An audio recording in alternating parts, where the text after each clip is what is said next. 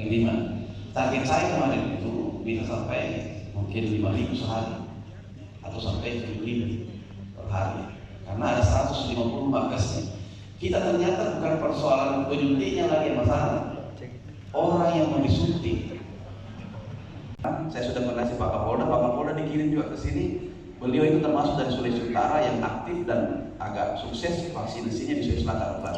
Saya melihat mereka itu masuk di 10 besar kalau tidak salah. Kita dulu pernah selalu masuk di.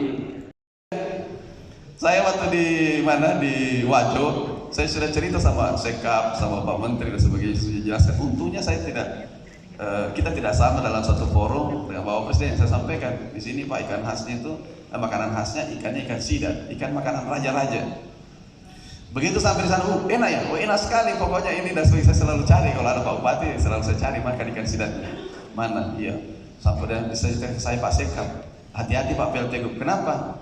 Ada pernah kita di Sumatera itu diceritakan makanan enak sekali, begitu sampai tidak ada itu makanannya. Akhirnya saya bisa menahan ini ngiler saya. Sampai di sana betul tidak ada makanan, cuma ikan mas. Tapi alhamdulillah beliau terkesan kemarin melihat PLTB. Terkesan ini ada PLTB juga sini. Ya, seingat saya ada pernah saya resmikan Pak, itu di Sitra. Kita punya potensi masih ada sekitar 1.000 megawatt. Dan 1.000 megawattnya diantaranya 250 ada di Ponto, 70 ada di Sidrap, dan masih ada pengembangan fase 2-nya. Dan investornya sudah siap.